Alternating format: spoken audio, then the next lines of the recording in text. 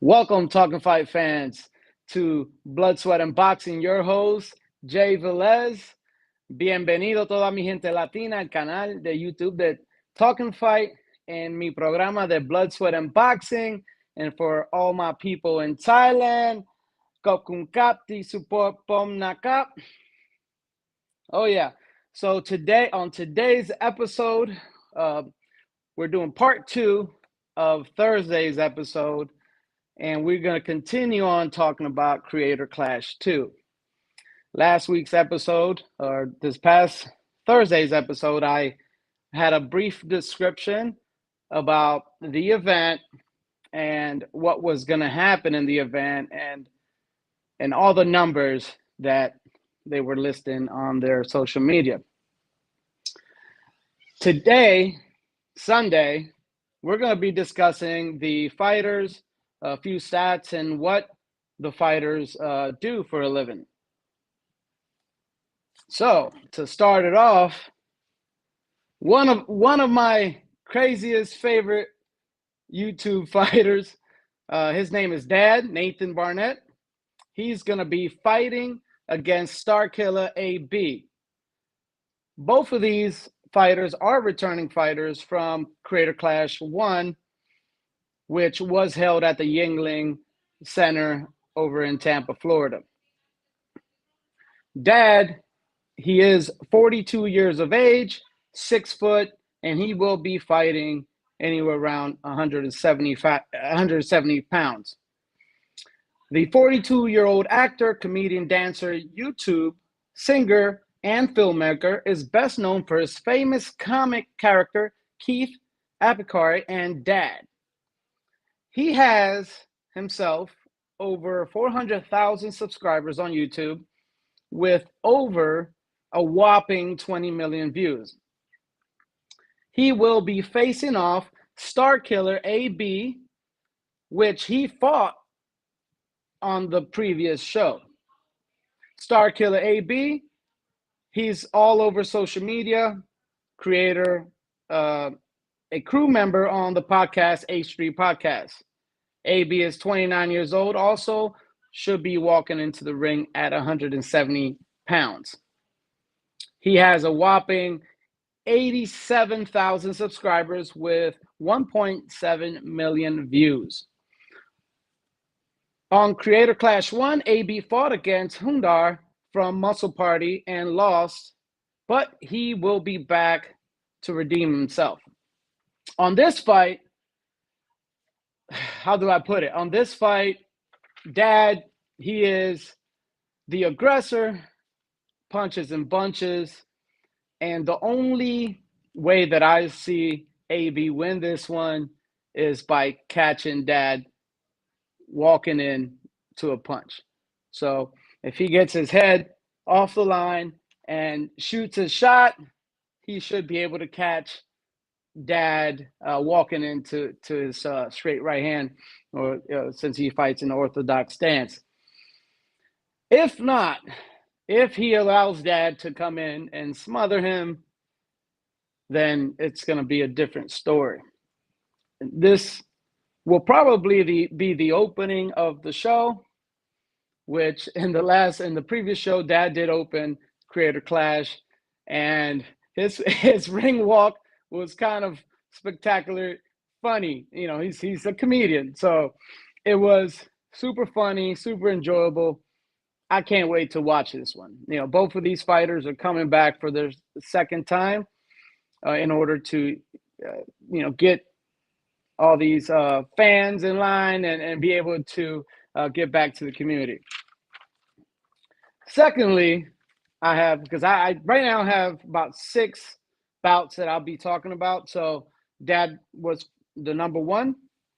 So the second bout that I'll be discussing is Jaelaray, which she's coming in as a new fighter, 22-year-old TikToker, 5'2", 115 pounds.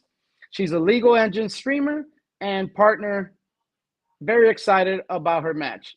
You go on YouTube or the Creator Clash on Instagram, you'll see her one of her videos, and she seems to be very excited about coming in and joining, this trending, boxing events that will be hosted by a bunch of YouTube boxers. Jaelaray, the new fighter, she has a little bit over 1,500 subscribers with 23,000 views. She's just getting started in this, but at the same time, that's where we all start. We got to start from somewhere. She will be fighting against Abelina Sabrina, 28 years old, 5'2", 115 pounds, Twitter partner, YouTube video creator with over 20 million views. She has a whopping 192,000 subscribers. So she's been doing it for quite some time on YouTube, and she's gonna bring her skills to the ring. These two female fighters, they've been training really hard in the gym, and they want to put a show for the fans, and I'll be there to watch. All right, so moving on, we'll be moving on to the third match that I've chosen to speak on, which is Marissa Ray, another new fighter coming in. She is 33 years of age, 5'6", 140 pounds. She is an American voice actress, host, producer, and creative director. Best known for her role on Dungeons and Dragons and the Critical Role, which almost broke the internet. She will be facing Haley Sharp, which is a returning fighter that unfortunately lost her previous match in the later rounds, which was a stoppage by one of the referees from the Florida Athletic Commission. She is a social media influencer and TikTok star. She's known for the yodeling Haley. From Huntsville, Alabama, she lost her first fight on Creator Clash, but is very eager to jump back in the ring and show the world her progress, because through every loss, we always get a chance to start over again and become better. She has over 3.5 million followers throughout social media. So very exciting. All these fighters are very well known through the social media, through YouTube, Twitch, all these social media platforms. They're very well recognized, and it's time that they start getting recognized in the boxing community too, because they're all doing it for a good reason. Moving forward on the main event, we got Alex Wassabi versus iDubbbz. Alex Wassabi, he's 31 years of age. He will be fighting at 170 pounds. He's 5'9" in stature.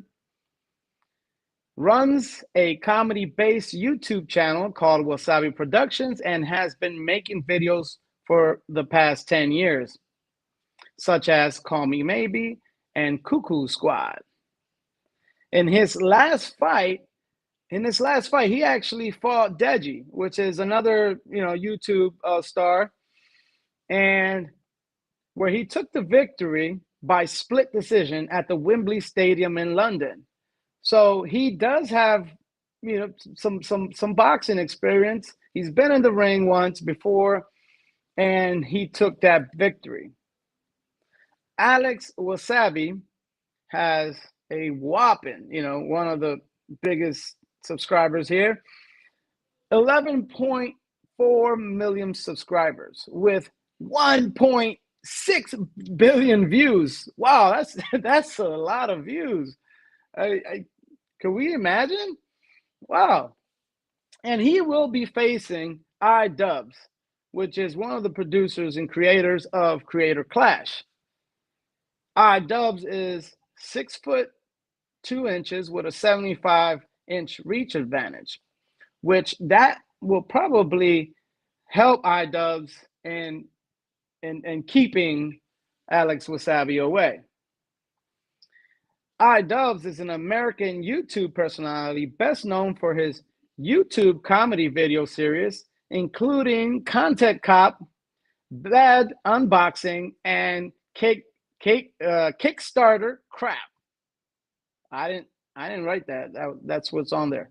Kickstarter Crap. He has over 7.8 million subscribers on YouTube, with over 1.7 billion combined views, and he lost his last fight against his opponent, Dr. Mike.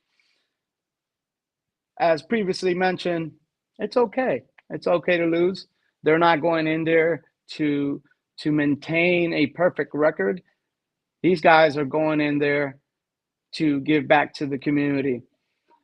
I commend them. I give them props. Every single one of them. They were never boxers.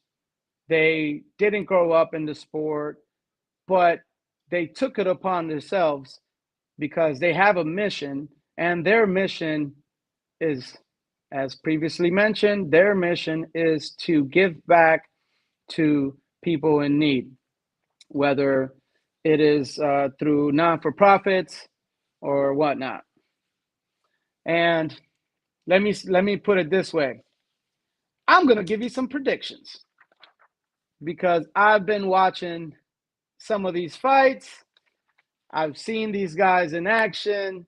So I'm going to give you some predictions. All right. Prediction number 1. Dad versus Star Killer. Again, as previously stated, if AB allows Dad to rush at him and pin him against the ropes or in the corner, I will give it to Dad. But if AB Star Killer has been training for someone such as Dad, a brawler that likes to fight, if he gets his head off the line and shoots the shot, he could catch Dad at any given point in time. But not knowing his skill level, I will give this one to Dad. So my first prediction will be to Dad. Second prediction, Myth versus Hundar. I'm giving this one to Myth. He is the more limber fighter, the more able body. He is the younger fighter. I'm giving this one to Myth. And moving on, Micah versus Alana Pierce. I am going with Alana. For the fourth prediction, I did a thing versus Fitz. I will be choosing Fitz.